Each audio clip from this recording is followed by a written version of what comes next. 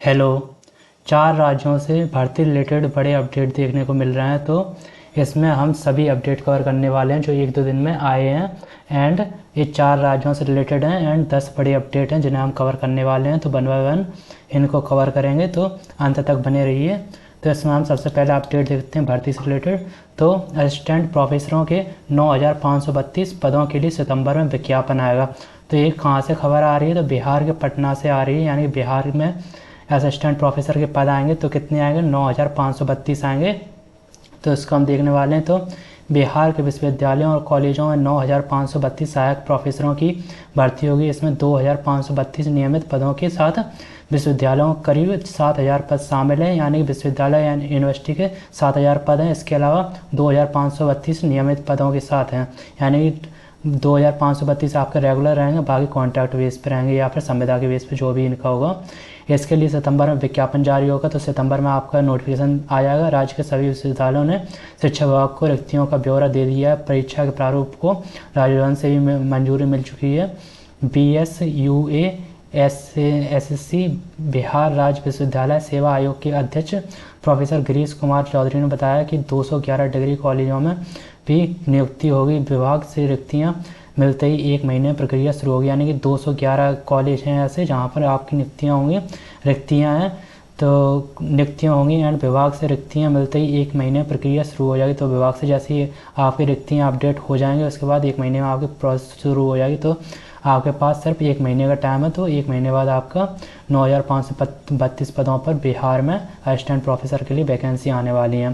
सितंबर के अंत तक ऑनलाइन आवेदन शुरू करने की तैयारी है। सहायक प्राध्यापकों का चयन कुल 200 अंकों के आधार पर होगा। कुल 200 अंकों में से 175 अंकों की लिखित परीक्षा होगी, जबकि 25 अंक इंटरव्यू के लिए निर्धारित होंगे, यानी कि आपके 2 इसमें होंगे, 2 एग्जाम होंगे इसमें।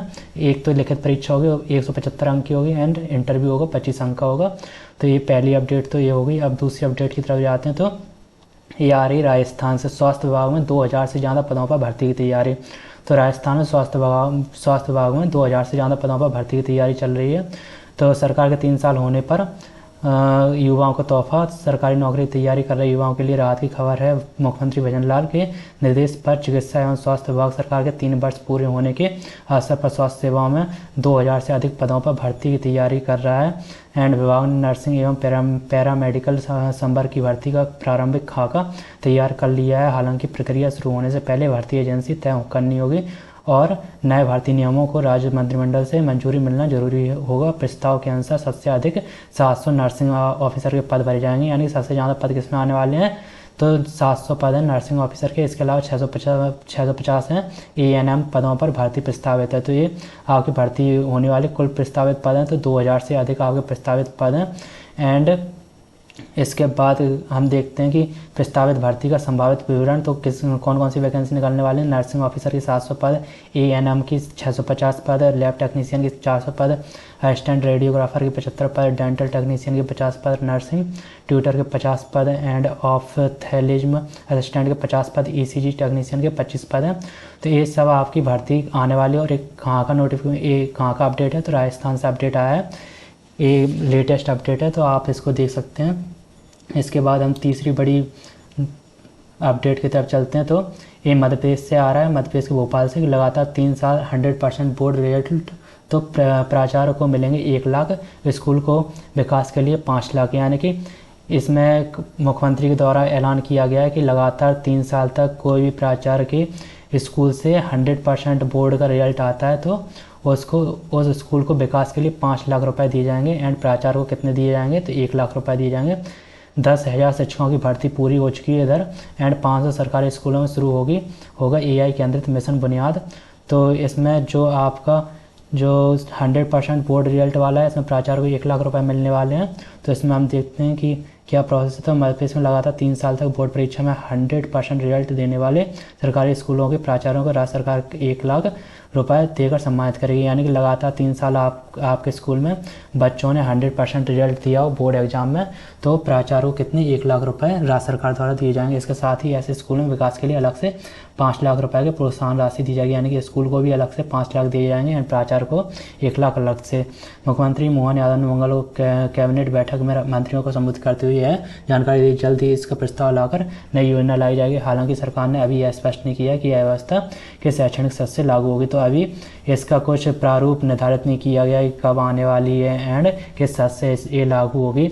इसके बारे में अभी ये सब होना बाकी है। सीएम ने कहा मध्य प्रदेश में 10,000 शिक्षकों की भर्ती प्रक्रिया पूरी हो गई है, तो मध्य प्रदेश में 10,000 शिक्षक की भर्ती प्रक्रिया पूरी हो चुकी है। इसके अलावा जल्दी प्रदेश के 8 जिलों के 500 सरकारी स्कूलों में एआई पर केंद्रित मिशन बुनियाद शुरू किया जाएगा। 9 से 17 अगस्त तक हर घर तिरंगा अभियान चलाया जाएगा। वहीं 7 अगस्त से जन विश्वास अभियान का आगाज मुख्यमंत्री मोहन यादव छिंदवाड़ा करेंगे। तो इसके अलावा ये सब अपडेट अलग हैं, ये भर्ती से रिलेटेड नहीं है।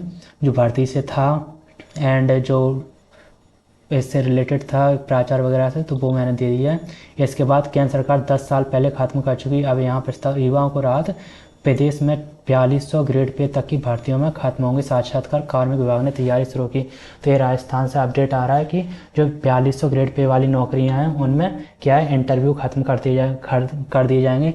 जहाँ तक जो सेंट्रल लेवल की वैकेंसीज हैं जैसे एसएससी वगैरह की भी CHSL वगैरह में इंटरव्यू नहीं होते हैं। इसी प्रकार से 4200 ग्रेड पे वाली वैकेंसीज हैं वो राजस्थान में, उनमें इंटरव्यू पूरी तरह से ख़त्म कर दिए जाएंगे। तो इसकी तैयारी चल रही है। तो प्रदेश में सरकारी भर्तियों में साक्षात्कार खत्म करने की मांग कर रही युवाओं के लिए राहत भरी खबर है। राजस्थान सरकार 4200 ग्रेड पे तक की भर्तियों में साक्षात्कार खत्म करने की तैयारी कर रही। कार्मिक विभाग और विधि विभाग इस पूरे मामले का परीक्षण करा रहे हैं। इस पर जल्दी ही निर्णय होने की उम्मीद है। केंद्र सरकार वर्ष 2016 में 4200-4600 ग्रेड पे तक की भर्तियों में साक्षात्कार खत्म कर चुकी है।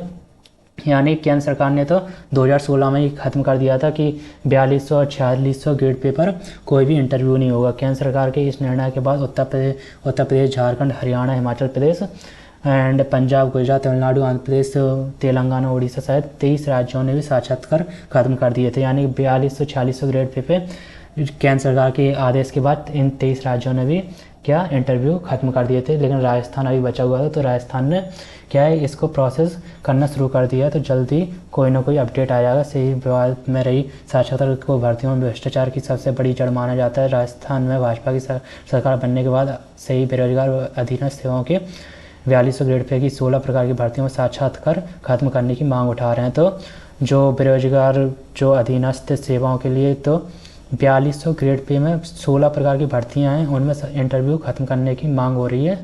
तो उस पर क्या है अपडेट आ सकता है। तो उसमें कहा गया कौन कौन सी भर्ती दायरे में आएंगी। तो अधीनस्थ सेवा में देवस्थान विभाग, सहकारिता, तहसीलदार, आबकारी, उद्योग, खाद्य विभाग, बाल विकास विभाग, सामाजिक न्याय, अल्पसंख्यक विभाग, श्रम कल्याण, राज्य कृषि विवरण एंड विभाग की भर्तियों में साक्षात्कार खत्म हो सकता है। इसके अलावा सहायक आचार्य कॉलेज शिक्षा, लाइब्रेरियन कॉलेज शिक्षा, PTI कॉलेज शिक्षा, SI व प्लाटून कमांडर, डिप्टी जेलर, विधि रचनाकर एंड कनिष्ठ विधि अधिकारी, सहायक आचार्य संस्कृत शिक्षा, लाइब्रेरियन संस्कृत शिक्षा, PTI संस्कृत शिक्षा सहित करीब 16 प्रकार की भर्तियों में साक्षात्कार खत्म हो सकता है। तो ये आपको बताया गया कि 16 प्रकार की भर्तियाँ, इनमें 4200 ग्रेड पे वाली भर्तियाँ हैं जहाँ तक इनमें क्या इंटरव्यू आपके ख़त्म कर दिए जाएंगे।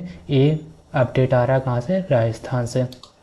इसके बाद हम देखते हैं कि नई दिल्ली से आ रहा है आपदा प्रबंधन कर्मियों का मानदेय 100% बढ़ा, 2009 के बाद पहली बार वेतन संशोधन।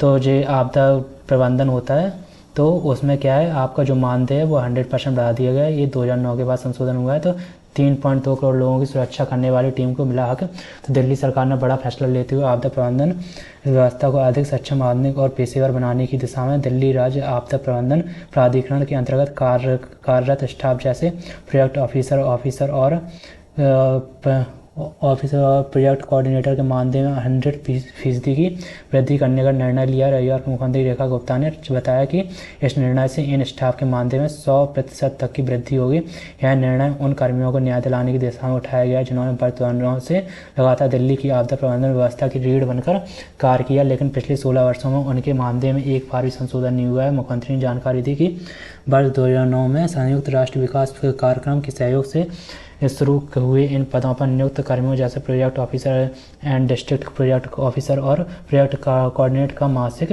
मानदेय पिछले 16 वर्षों से अपरिवर्तित था, यानी कि जो लोग 2009 से कार्य कर रहे हैं किसमें, तो दिल्ली के आपदा प्रबंधन प्राधिकरण में, तो उनका क्या है 100% मानदेय वेतन बढ़ा दिया गया है।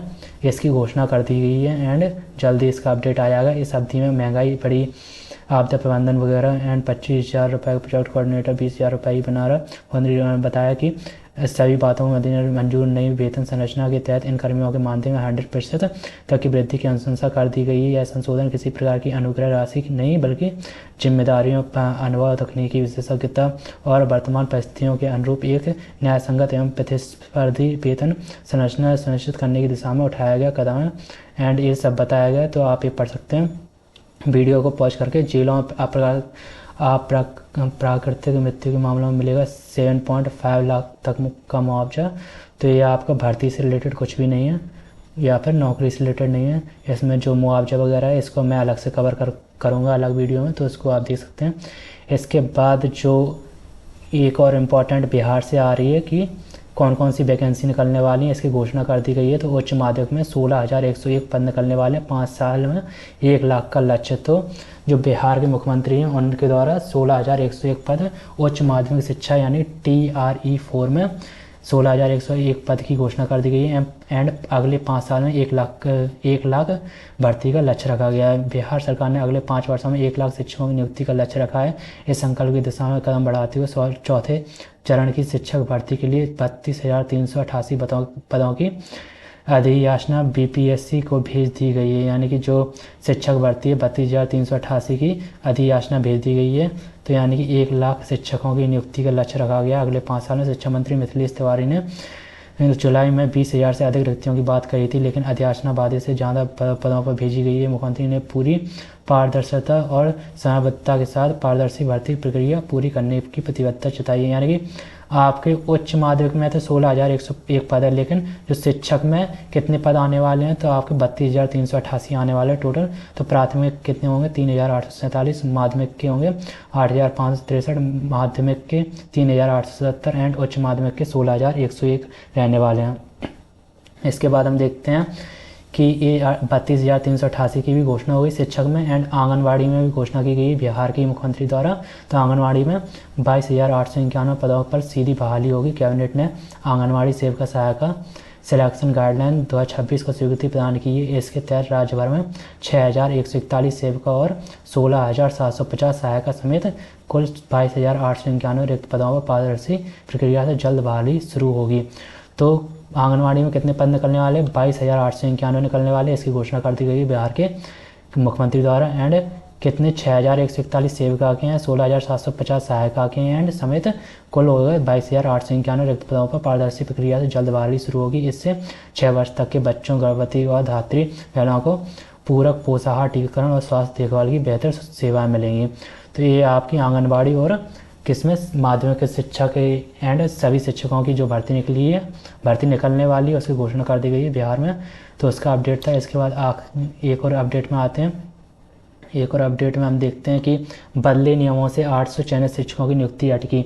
तो ये मध्य प्रदेश से देखने को मिल रहा है। मध्य प्रदेश की प्राथमिक शिक्षक भर्ती 2025 में करीब 800 चयनित अभ्यर्थियों की नियुक्ति पात्रता विवाद में फंस गई है। तो जो 2025 में प्राथमिक शिक्षक की भर्ती हुई थी, वर्ग 3 वगैरह की जो भी हुई होगी, एंड उसमें जो 800 चयनित हुए थे अभ्यर्थी, उनकी नियुक्ति पात्रता विवाद में फंस गई है। तो उनकी नियुक्ति में थोड़ा सा विवाद वगैरह आ गया, तो उसके बारे में जानकारी है। तो अभ्यर्थियों का आरोप है कि भर्ती प्रक्रिया शुरू होने के बाद पात्रता की शर्त बदल दी गई। आवेदन के समय जारी नियमों के आधार पर उन्होंने परीक्षा दी और चयनित हुए, लेकिन दस्तावेज सत्यापन के दौरान अलग नियम लागू कर नियुक्ति रोक दी गई। अंतिम वर्ष के अभ्यर्थियों को दी अनुमति। 18 जुलाई से दस्तावेज सत्यापन शुरू हुआ था। 29 जुलाई को उज्जैन में मुख्यमंत्री डॉक्टर मोहन यादव ने चयनित अभ्यर्थियों को नियुक्ति पत्र भी वितरित किए। इसी बीच कई अभ्यर्थियों को यह कहते हुए रोक दिया गया कि आवेदन की अंतिम तिथि 25 अगस्त 2025 तक उनकी अंतिम वर्ष की डिग्री या अंक सूची उपलब्ध नहीं थी। अभ्यर्थियों का कहना है कि आवेदन फॉर्म के क्लोज 49 में अंतिम वर्ष के विद्यार्थियों को परीक्षा में शामिल होने की अनुमति दी गई थी। शर्त केवल इतनी थी कि दस्तावेज सत्यापन तक अंतिम वर्ष की अंक सूची या उपाधि उपलब्ध हो। पहले भी हुआ था ऐसा विवाद एंड 17 जुलाई के आदेश से शुरू हुआ विवाद।